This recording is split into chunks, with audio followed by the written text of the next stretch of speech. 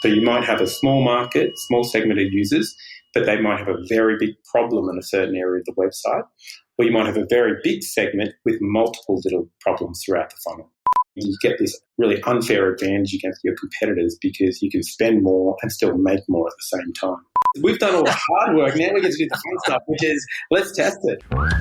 Welcome to Add to Cart, Australia's leading e-commerce podcast that express delivers all you need to know in the fast-moving world of online retail. Here's your host, Bushy.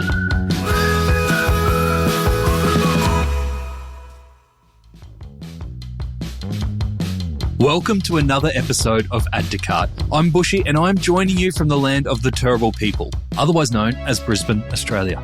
On Add to Cart, we welcome everyone to share and listen to e-commerce stories. The more diverse, the better. I want to especially welcome the traditional owners and the original storytellers of the land that we are on, our Indigenous and Torres Strait Islander listeners, to join us in our e-commerce conversations and our community. Today's guest likens himself to a popular 80s TV character. Didn't we all aspire to be Magnum PI or even Uncle Jesse from Full House at some point? Unfortunately, I ended up more like Norm from Cheers, but I'm really showing my age now. Today, we are talking to another smart, resourceful problem solver, just like Macgyver. There you go. See what I did? My guest today is Matthew Pezzimenti, founder and director of Conversion Kings. Since 2014, they've been working on conversion rate optimization processes for leading Australian and international brands such as Koala, StyleTread, and Woolworths. Now, Matt may or may not have a highly gelled mullet or a roll of duct tape in his back pocket. You'll have to check out the video for that. But he does know a hell of a lot about creating conversion rate optimization solutions to fix the problems that your e-commerce business might be having.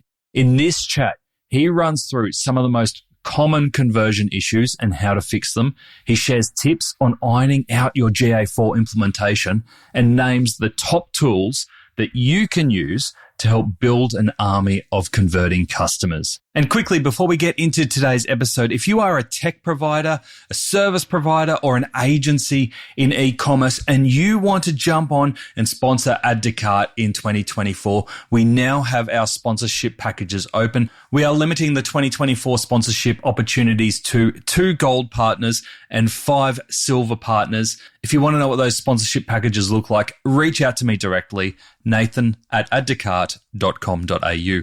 So, thanks to our partners, Shopify Plus and Signet, here's our conversation with Matthew Pezzimenti, founder and director of Conversion Kings. Matt, welcome to Add to Cart. Great to be here. Thank you for inviting me. Oh, thank you for coming on. This has been a long time coming. We caught up after many years of not seeing each other at iMedia on the Gold Coast recently. You delivered a stellar presentation, and that's what tripped my mind to go, we've got to get Matt onto Add to Cart. Why haven't we done that yet? Oh, thank you, sir. We put a lot of effort into them, just want to be able to give value. So that's great. What stood out to me is that you seem really passionate about genuinely educating the e-commerce community about conversion and CRO, not just selling. That to me stood out. Amongst all the other presentations, you were there to actually educate. Where does that come from?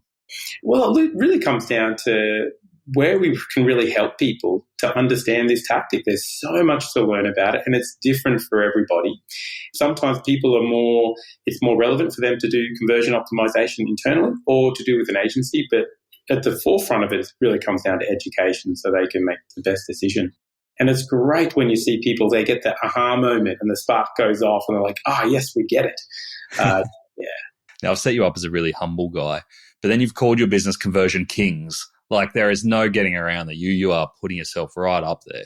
Yeah. Well, actually, that came from The Simpsons, actually, when we were, if you remember back when I think it was Homer was trying to be Mr. Plow, and then Barney come out as the Plow King. And I'm thinking, wow, he crushed it. And I'm thinking that sounds like a pretty cool name to jump into. And so when we kicked off the business, it was like, let's be Conversion Kings. And now we've got to own it, which is... That's fantastic. So you're the Barney of the e-commerce industry in Australia. Well, there we go, right? There we go. Called one thing. I've been called worse, so that's not too bad. What made you want to double down into the conversion side of e-commerce and digital? Because you had played in a broader spectrum before that, right? Yeah, it was. It really was actually when I was on the other side of the fence and just seeing the impact that Crow did for the brand I was working with. And like, wow, this is incredible. And the other side to that is it really sort of merges two of my major passions, which is like creativity and analytics. And it really brings those two together to deliver something. And it was just, there was that part to it. And the second one was it's so measurable. So when we're doing the work, you can see the instant outcome to it, and it's a great way to deliver value. Tell us more about the creativity side, because most people wouldn't associate conversion rate optimization with creativity. Yeah, well, I mean, it comes down to ideation and coming up with a solution to solve a problem. And we need to think of a different way to solve that customer's problem than we're already doing. So a lot of it comes down to how else or how might we solve this issue? And then that's where the creativity really comes out. Like you've got different ways of solving it, what's going to be relevant for the customer. And we all get super excited about like, this is going to be an absolute winner and a game changer. And that's what's great about optimization, because it can validate whether or not that idea is crazy or actually valuable. So conversion means a lot of different things to different people, right? I bet you can see this, especially take those initial phone calls from clients. Mm-hmm. What does it mean to you? Yeah, well, really it's just about making the most of what we've currently got and how we can improve whatever metric or whatever goal we're striving for, whether or not it's like a eCommerce, which is a pretty simple one, or it could be about engagement or adding to another sort of mid-funnel metric as well. But it really just comes down to how we can make the most of what we've really got out of it. And it's a little bit like my childhood hero, which is Macgyver. If you remember, I don't know if you're old enough to remember. I know Macgyver. Yeah, cool. Well, like he was able to like create the most amazing things out of the most limited resources. Conversion optimization is a little bit like that. You know, we need to with what we've got, how can we make the most of it and solve the problem? And are you finding you're getting more and more clients now turning towards conversion now because acquisition has got so expensive? Yeah, I mean, it's definitely a big driver. You see that when people are struggling to really get that ROI or the ROAS from their paid search, and they're like, there needs to be a better way of how we can do this. Also, when they sometimes look in to see how much money they're wasting there as well, can we sort of minimize that a little bit as well?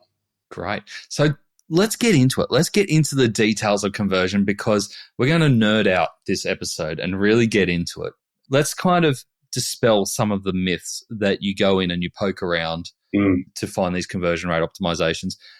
Can you outline your process at Conversion Kings around what you would go through for a typical client? Yeah, definitely. A good way to think about from a very high level structure. The first one is we need to identify where the problems are, come up with a solution, and then we need to execute and then decide what we're going to do with it from that perspective. So from a very high level, that's basically the way you would like to think about it. And then when we dig a bit deeper, each one of those areas have their own sort of smaller methodologies or processes as well.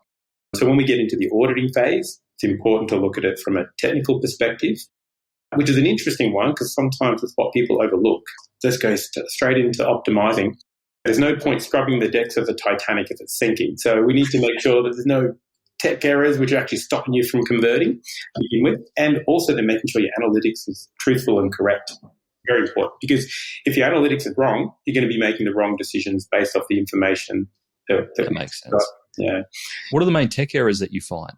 A lot of it can be around sort of different device or browsers rendering the website that might be sort of conflicting things. And they might look at it, let's say in Google Chrome, and it looks great, but then they look at it in a different browser and different elements behave differently. And one of the classic ones is where someone might implement a live chat feature and they're like, okay, this is great, but for some reason my mobile conversions are now dropped.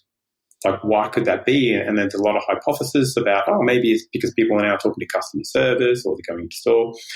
When we do the tech audit, it's very regularly we find that actually that live chat feature is actually covering up the checkout button on mobile. So those little things that if you've been looking at a website, it's your day-to-day, it just seems normal and natural, and you may have figured out how to get around these bugs and errors. But that's one of the ones we get in there and just clear them out to begin with. So yeah, before you start, make sure everything's aligned from a tech perspective. Tech and analytics, get them lined up first. Yeah. Because, if your analytics is wrong and then you're going to be making the decision, oh, wow, this is actually a problem, but it's not, or you might not see the problem and you've been focusing on the wrong thing, and that becomes a bit of a challenge. I can imagine recently the cutover from Universal to GA4 would pose a few challenges with some of the tests and the comparisons that you're working on at the moment. Yeah. There's a few big ones on that. So some of the challenges people have got is if they did their GA4 implementation a little bit late, which is less than 12 months ago, it's going to be a little bit difficult for them to do a year-on-year comparison. Obviously, you can merge the data together, but it's just a little bit more difficult.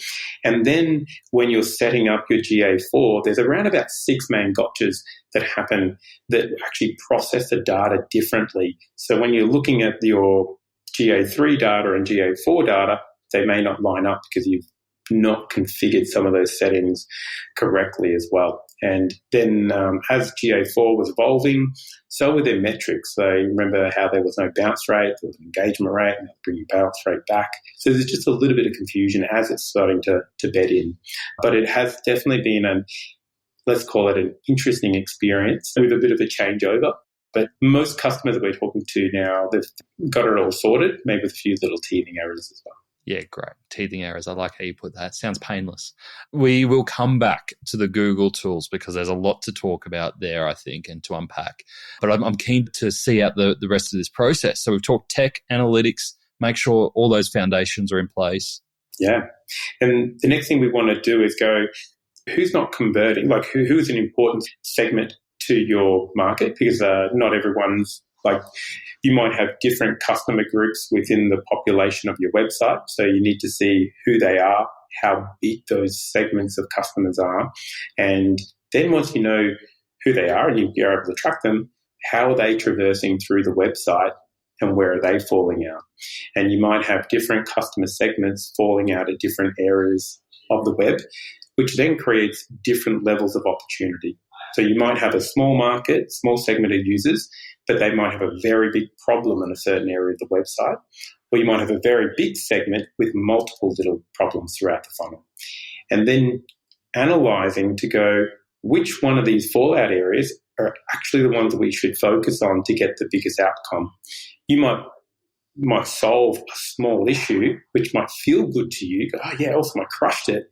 But if it doesn't really deliver a sizable lift to the outcome, it's not that helpful in the overall project. So the next part of it is really understanding who's going to your website and whereabouts are they actually having the problems when they fall out.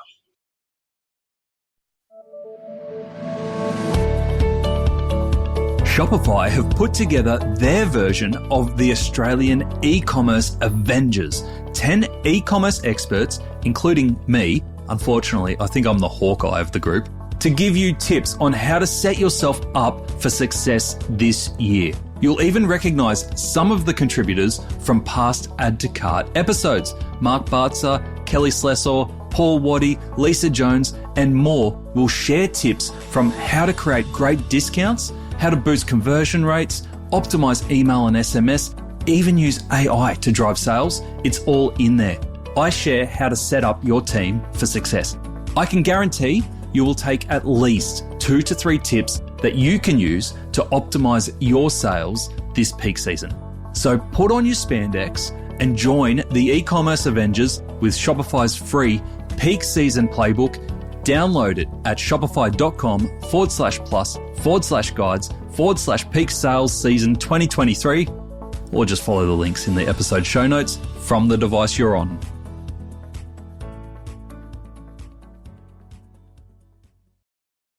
And do you find a lot of clients when they come to you, they know those customer groups straight up, or is there a big part where you've actually got to dive in and create those? Yeah, it's definitely the latter. So everyone has an idea of who their personas are, but there seems to be a bit of a commonality in online where we get these lovely personas, sometimes from marketing, that sound really great. But then if we can't track them from in a digital world, like there's no digital footprint behind them or digital signals that help me identify them, how do you actually identify, track and optimize those users? And it becomes a bit hard. So what we would do in that very first step on baseline is validating those segments that, yes, we can actually track them, we can see them, and now we can optimize them as well. So a lot of times customers come to us going, we don't know who our good segments are. So that's a bit of the work to actually identify who they are. Gotcha. All right. Where do we go from there? Yeah, so once we've done that, then we need to check off all the core customer experience vitals. So, are they able to get into their search and merch? Is that where it needs to be? Because, around about 10% of people, if they're searching online, that's a very solid channel. We need to make sure that that is optimized, delivering great results. And then even looking at the website from, and I use quote unquote, best practice to make sure that there's just no glaring issues which are actually stopping people from converting, and also finding out any other insights as well. So we've done a technical review to make sure everything is good, analytics is right. We've looked in to know exactly where people are falling out, or to find who they are and where they're falling out. We've checked off to make sure there's no other obvious issues. And then the next step is that once we know who and where is falling out, we need to understand why. So this is where the creativity comes in, is it? Well, the creativity will come out of the solution, but this is when we're thinking about the why. This is where more of the qualitative tactics come into play. And this is like, when you're doing your surveys to your customers, or you're looking at a heat map, or you're doing usability studies. And these sort of customer research tactics are really helpful when you have a good question to ask. So if I know that this segment is falling out of this area, then when I'm doing my qualitative research, I can find out precisely why is that happening. And so once that's surfaced, then you've got a fighting chance to actually solve the problem, because now you know where it is, roughly why it's happening, and now we can come up with a solution on how to solve it. Great. And is the solution always around testing and split testing and multiple avenues? Well, that's actually a really good question, because it's people think that CRO is just about A/B tests, but it's not. It's just basically about what do we need to do to validate and solve that problem. And that's where, depending on the use case, tests can obviously be very helpful because you're using a big sample size, but sometimes we might use a usability study which will identify whether or not that's positive or negative, or we might use like an online survey like a Loop 11 or a usertester.com to really validate and find out those insights as well. So once we know where the problems are, we'll come up with a solution, and how we validate that solution will really dictate on the use case and what's in the best interest of solving it. Wow, okay, that's great. And then where to from there? Yeah, so once you've got a good understanding of how you're going to solve these issues, then what we need to do is come up with how we're going to prioritize what we're going to do first and last. And what's interesting, when we started it 10 years ago, we would be really proud of ourselves because we'd build out these lovely 12-month strategies. Be something really proud of. Look at all these great conversion issues we've got the solutions, and now we build a 12-month roadmap. And what we found was after about 6 months, it became completely irrelevant, because the market had changed, the insights and learnings had changed, and now we need to do something a bit different. So where we focus on is actually quarterly strategies. So what we would do is we look at what our opportunities or our backlog of solutions. We would then understand what our priorities from the business this quarter, or what our marketing requests are for this quarter. And then we would identify what optimization improvements can do to support that quarterly plan through the business. And that basically will create the quarterly roadmap of what that optimization program will do to support other parts of the business. So once we set that strategy, it's super important because that brings everyone on board and understands exactly what we're going to be optimizing at what time. And do you find that the more you work with clients, that quarterly cycle just becomes part of the business cadence? Yeah. It's interesting because some brands will just go, oh, yes, that's exactly what we do, when maybe it's not. And it's a great way for them to get started on it. And some are just like, oh, yeah, we already do it. Or they're like, okay, great. This is a new way of looking at how they can keep themselves fresh and really relevant. But the other part to it, it actually gives their whole team's direction. And they start the quarter knowing, okay, what's my goal for this quarter? What does good look like? And then we're all shooting to that same outcome, and it combines all the teams, and we always step forward. So CRO, because it basically sits in the middle of all the tactics, we need to be also not only as a support, but also a little bit of the leader in that process of how we help everyone move forward. So strategy and prioritization is that next step, and understanding what we're going to be focusing on in the short term. Great. And then am I assuming we're getting to measurement at the end there? Well, actually, we're jumping over to execution now. So, sorry, I've skipped a step. Well, this is the fun part. We've done all the hard work. Now we get to do the fun stuff, which is let's test it. Let's actually. Yeah, here I am. I'm the strategy guy. I'm like, the hard work's done now. No, you're all done. Get it done. So you're already gone to lunch, and now we're now doing all the hard work, sweating. Yeah. So then once you've created your, what you're testing, and you would jump in and start building out those tests. And to do that, simply you'd build what's called a test charter, which is all the details and information on the test. It's going to tell you what it's all about. Then you'd move it over to design. So you would actually then go and design that experience, typically in a high fidelity format. So you've got a good understanding of it. That from the design would then go to development, where you would engineer that test in the testing platform, which is exactly like the design. You would UAT it to make sure it's solid and it's all good to go. The important step a lot of people overlook, though, is picking up all the reporting and the metrics and making sure that all the metrics that you possibly could be reporting on in that test has been set up, which is part of the launch plan. You launch the test, you monitor it, typically a progressive launch, so you don't just push a button and now it's live. You would do it as like a controlled release over a few days to ensure that everything is smooth. And then you would monitor it over a period of time to then decide on whether or not to close that test or keep it going. And then you get down to, once it's hit significance or a certain threshold, you would then close that test down. Gotcha. Then you go to measurement on how it performed. It would be the next step. I was like, I'm not even going to guess what the next step is. I'm going to let you lead the way there. Yeah. And then you would actually do the analysis to go, what did we learn and what should we do next? Did we learn that this was a better experience for the customer and we either want to move it into a always-on experience, so we would turn it to 100% using a personalization platform, or you would then create what's called developer notes and send it to the engineering team to implement through their production. Or if you work with someone like Conversion Kings, we can also even dev into prod as well. But if it's not a successful test, then there's a learning. And it's about why wasn't it and what did that teach me? And then that circles back to your backlog and your strategy to enrich the testing program, and then it does have a bit of a circular motion in that sense. Yeah, fantastic. I can see why you're so passionate about learning. If you've got a new client coming into you for the first time, they've signed off on the dotted line, you're off to the races, typically how long does it take you to get through that process the first time? And then to start testing or good question. It takes about, depending on how deep the research is, it's typically anywhere between, let's say, 5 to 8 weeks to complete a solid website audit strategy and then building out the plan. But in my experience, as much as customers and brands want really detailed, quality, insightful research that doesn't leave any stone unturned, they also want results like yesterday as well. They want it to be faster. So what we do is we actually run a concurrent methodology where we will do the research, which is really, finding out the main motivators. But the other side to it is because we have quite a bit of experience, and typically the customers come to us with a whole bunch of things they want to understand and solve, we would start executing tests in line with doing the research as well.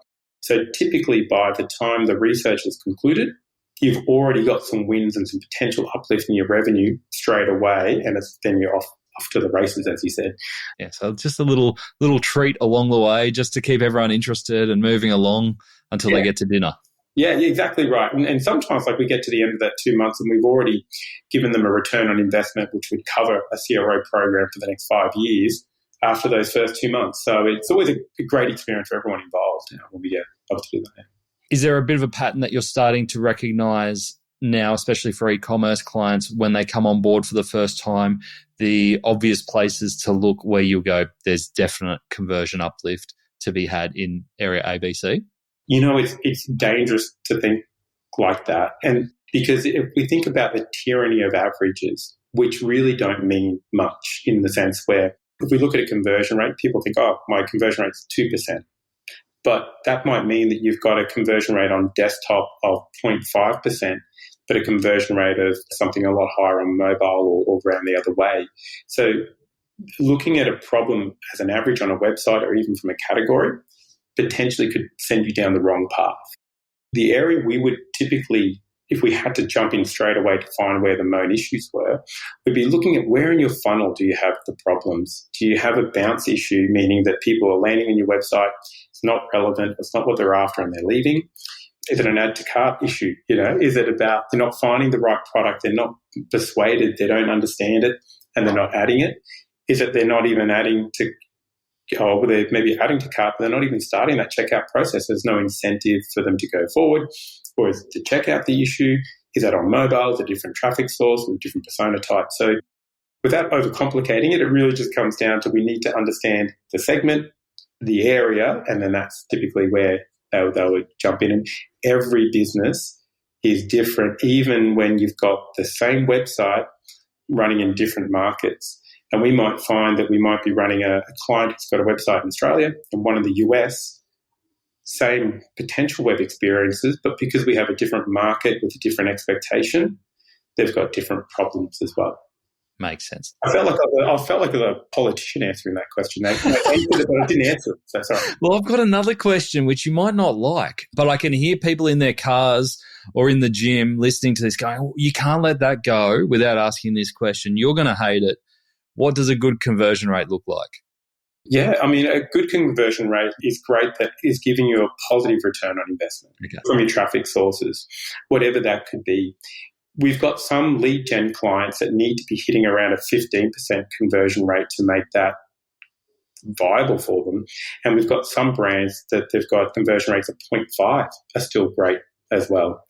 And then comes to the big question is like, what is even a conversion?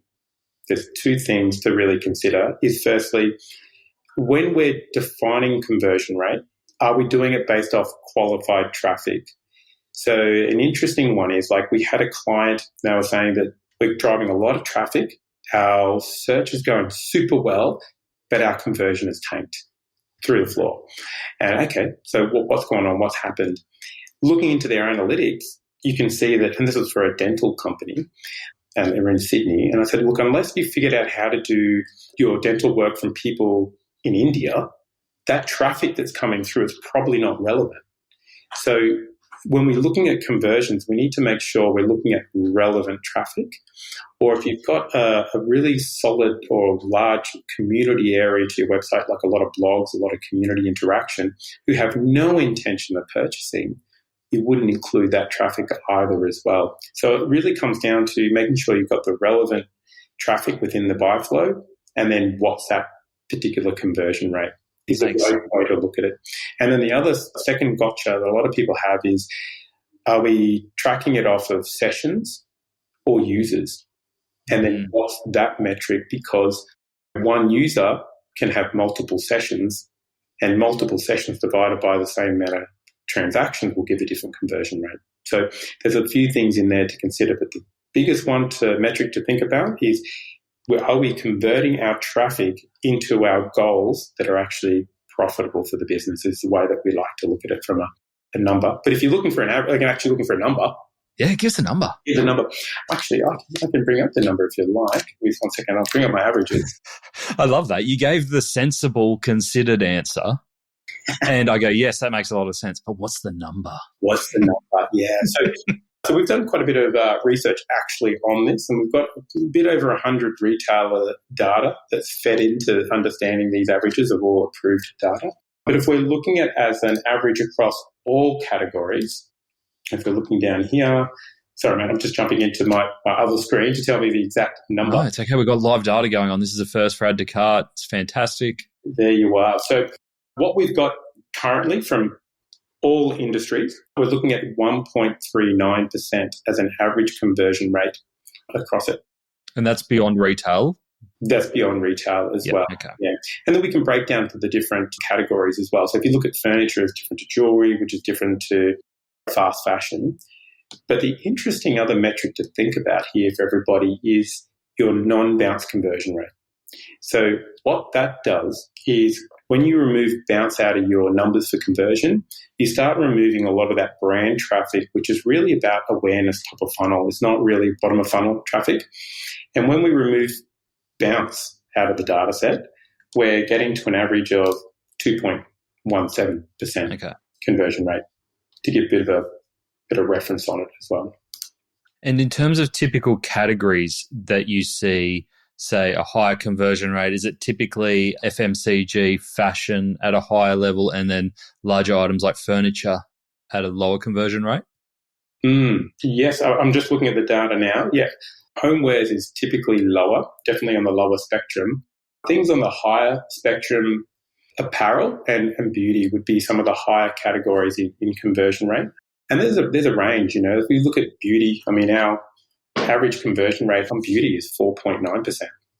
It's a lot higher. And we've got some brands in there, kicking on close to the 10% mark in there as well. So it's definitely a range of what you've got. But again, it just comes down to your acquisition costs. Yeah.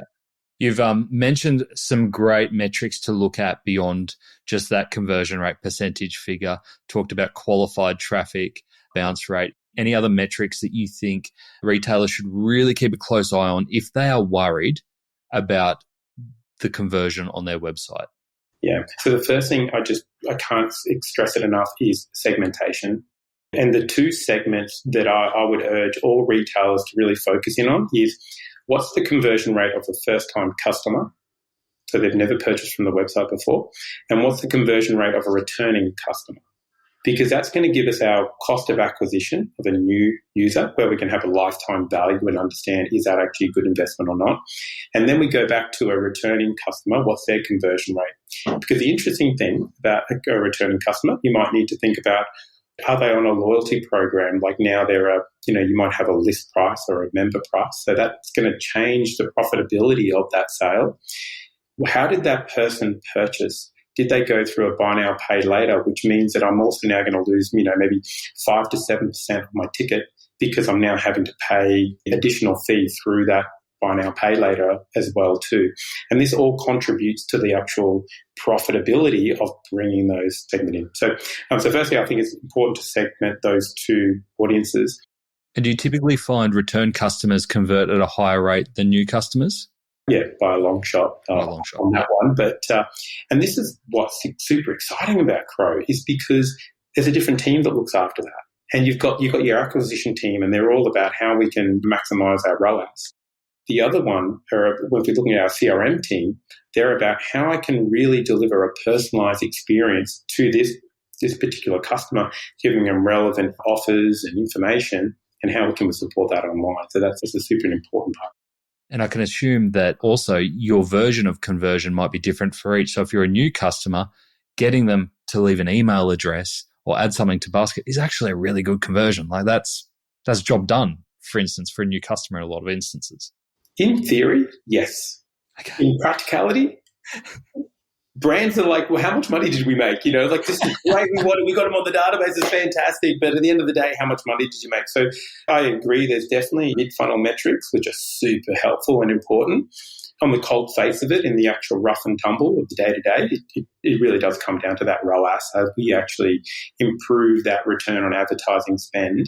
And what's beneficial for that also is when we start converting customers at a higher rate for new acquisition, it means that in my bidding strategy, I can outbid my competitors because I can pay more per click because I'm converting them better on the other end, which just means you get this really unfair advantage against your competitors because you can spend more and still make more at the same time. I'd love to dive into tools. You gave us some really great examples of some tools when you talked about some of the surveys that you do. What are the main tools that you're using day in, day out at Conversion Kings? What do you get when you combine the spirit of Christian Dior, Coco Chanel, and Ian from The Warehouse? You get Signet's brand new capsule collection. They've said none to boring packaging and released a brand new range for their inaugural capsule collection. It's packaging, but classy. And as always, it comes with Signet's usual quality, competitive pricing, and the only non-French edition, amazing customer service. Coming to a warehouse runway near you. Visit signet.net.au to browse the range and contact the team to find out how their packaging solutions can help your e-commerce business.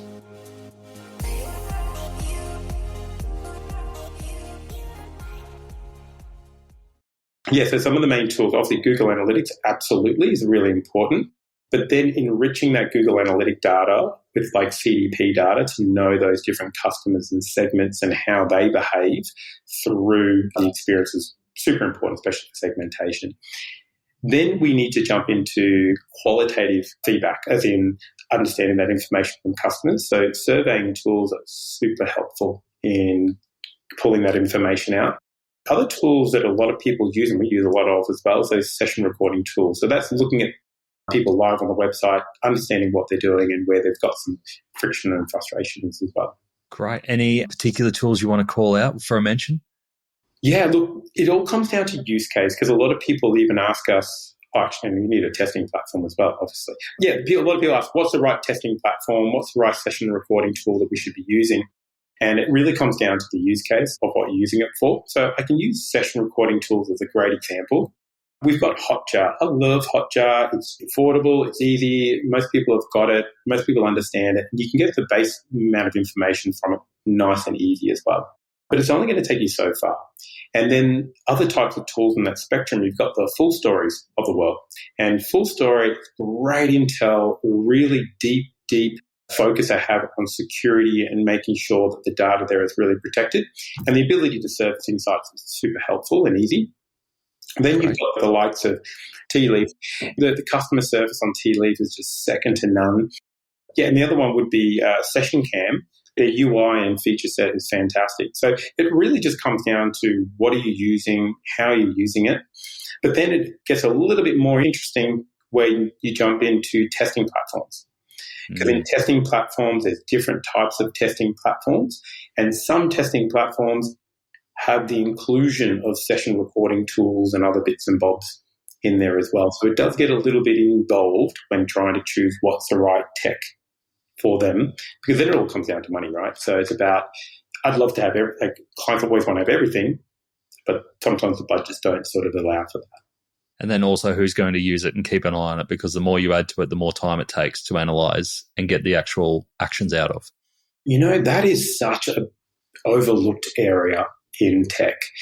A lot of times people see the shiny and they think, okay, great, this is going to solve all my problems, but they don't maybe appreciate the level of effort you need to put into these tools to get the value back out of it. It doesn't just do it for you. So having people to understand them and get the most out of it, yeah, it's a great pickup, because that's a big misconception that people have, thinking they just put it in and it gives them all the outcomes. Yeah, awesome. Now, Matt, we have just launched our Add to Cart Slack community. So it's really new for us, and we've opened it up pretty softly to our newsletter subscribers. And I've opened it up and I said, look, we've got Matt coming on the show. Who wants to ask Matt a question? And I've got a few in there, but the one that I think that's really relevant for us now is from Ilan Hurwitz. And Ilan asks, what is the most cost-effective tool that you've come across to replace Google Optimize? Because we saw that sunset. How have you gone with that transition? What are we going to? Well, the transition's been pretty full on. It's been absolutely crazy. But it again really just comes down to how much traffic you've got. So if you're a small business and you're moving off Google Optimize, VWO. VWO, free plans, it's gone from free to a certain level, and that's really where it's going to be ideal for them. If you're moving up into more of the enterprise level space, then we need to start thinking about what types of tests you're doing to then see which one's actually relevant for you as well. And there's over about 21 different testing platforms that are really active in the market at the moment that people can choose from. So it's difficult to give that recommendation of which is the most cost effective, because the most expensive tool is one that, you don't use. That's really expensive. Like a gym membership. Gym membership is only expensive when you don't go to the gym. And the other one to think about, this is a thing that a lot of people overlook, is that the quality testing platforms, they've got a very solid server infrastructure.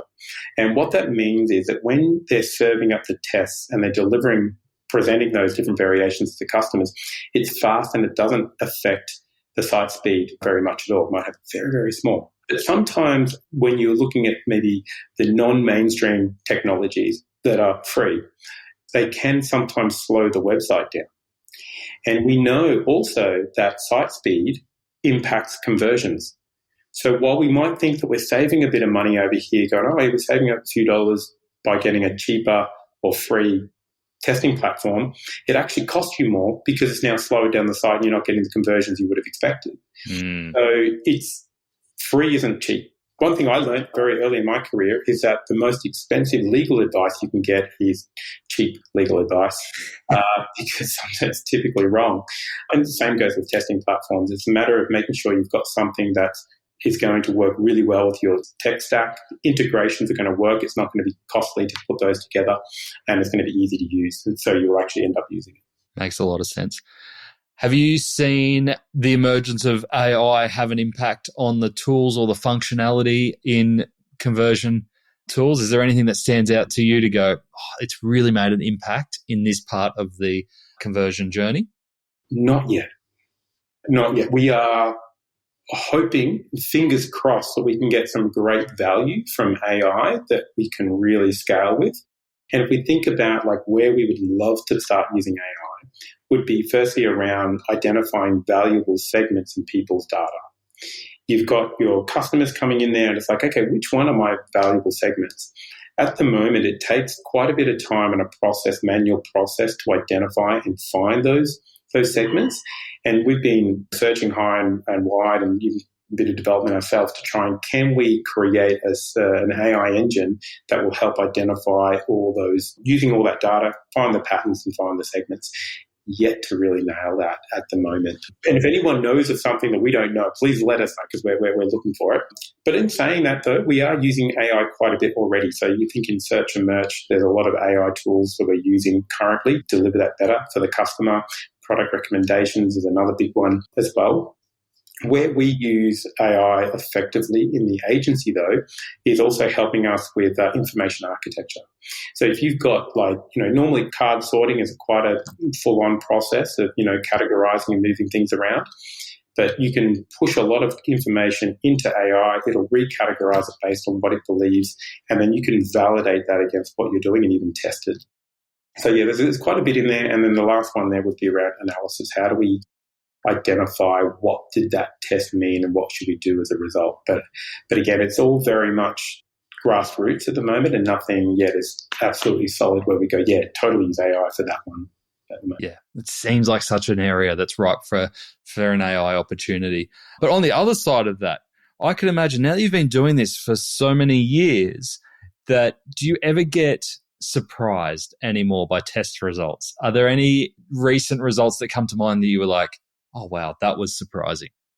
You know what? When I first started the agency, I always thought I was really smart. And I thought, yeah, I got this. And people would ask me their opinion of what's going to convert, what's not going to convert. And I was always, oh, yeah, totally, I'll tell you. But it was that bit of the effect of really not understanding the depth of it. So now at the moment, at my point, it's very humbling optimization because we have these hypotheses that we're trying to prove or disprove. And at the end of the day, it's that customer segment, which is going to give us that direct information. So as I've sort of progressed in my career of optimization, I've sort of moved further and further away from having an expectation of what this test is going to go. It's about what can we learn, and every learning can be super, super interesting and doesn't always go the way you're expecting, hence why we test. Do you ever have any side bets in the agency? Absolutely. Especially with clients. So sometimes clients are like, look, Matty, that is just too creative. That's not going to work. I'm like, oh, really now? And I recently had one from a retail and we started throwing a few bets on there as well. And I'm pretty proud to say that my creative solution did definitely win in that scenario. So that was a bit of a good one. Double or nothing, the quarterly invoice? Oh, geez, that would be good. All right. Matt, if we've got retailers listening to this and going, oh, it is an area I've been interested in, but probably haven't pulled the trigger on, done a lot on it to date, what's the best way for them to get started, whether they are doing it in-house or through an agency like Conversion Kings? The first thing to look at is going, do I have a conversion problem? And where is my conversion problem? That would be the very first place I'd start, because sometimes when we jump into helping with a client, we've got a lot of stakeholders in there. Everyone wants to play on the homepage. We've got to change the homepage. And that's typically what some of the talk track that happens. But when we look at a conversion, most conversions don't start on the homepage. Most conversions will start by we're actually getting people landing on a product display page. So we're over here focusing, trying to update our homepage because that's what everyone thinks is excited about, but actually it's not going to move the dial. And this is important to get right, because if you get in there and you just say you do this big test on the homepage, put all this effort and energy, and it becomes inconsistent, meaning that it hasn't hit statistical significance, you're going to start losing a little bit of like, oh, hang on, how that didn't go the way I thought it was going to play out. Mm-hmm. So the most important thing to start with is identify where your problem is. And then once you know where your problem is, then you would jump into it. Otherwise, it's just going to be doing something that feels like you're doing something, but you're not really moving the business forward. Makes total sense.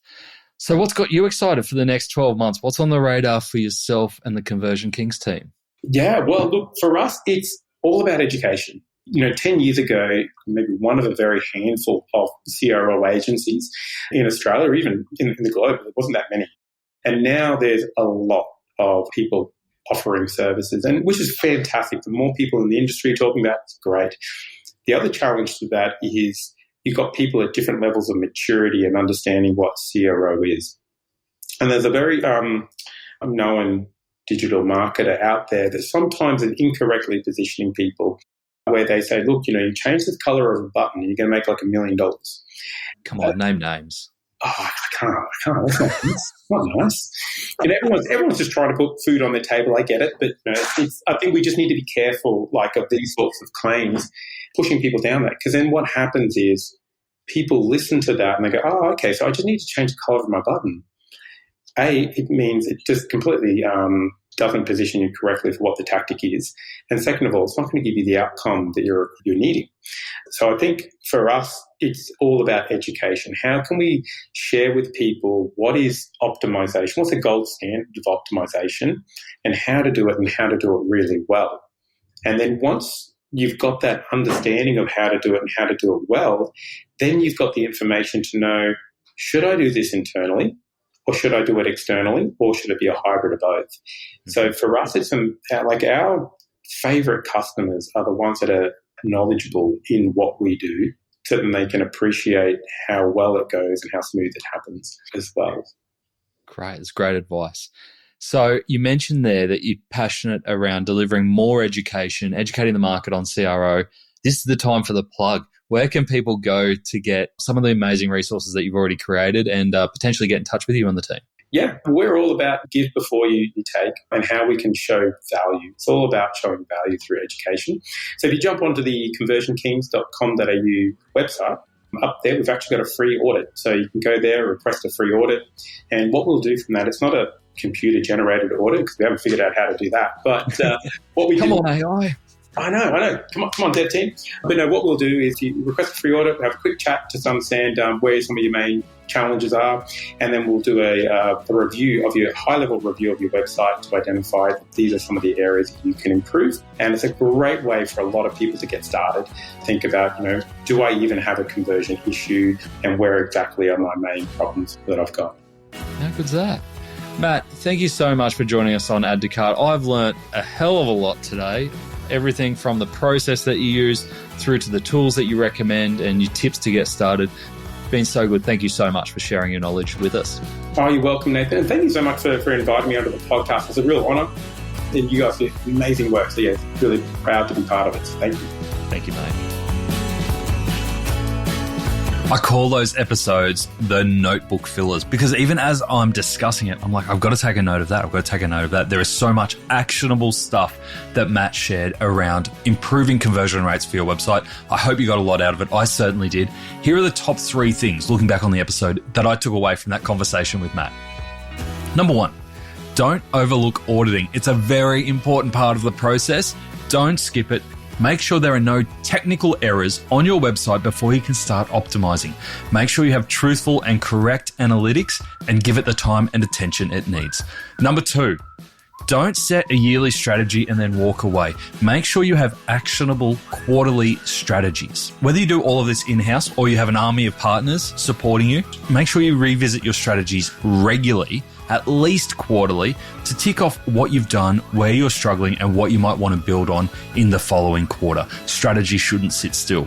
And number 3, testing is about being open to learning. You may have expectations, but like Matt has learned over the course of his career, things often don't turn out as expected, even when you are a master of your domain. After all, if you knew the answer, you wouldn't be testing. Thanks for joining us today on Add to Cart.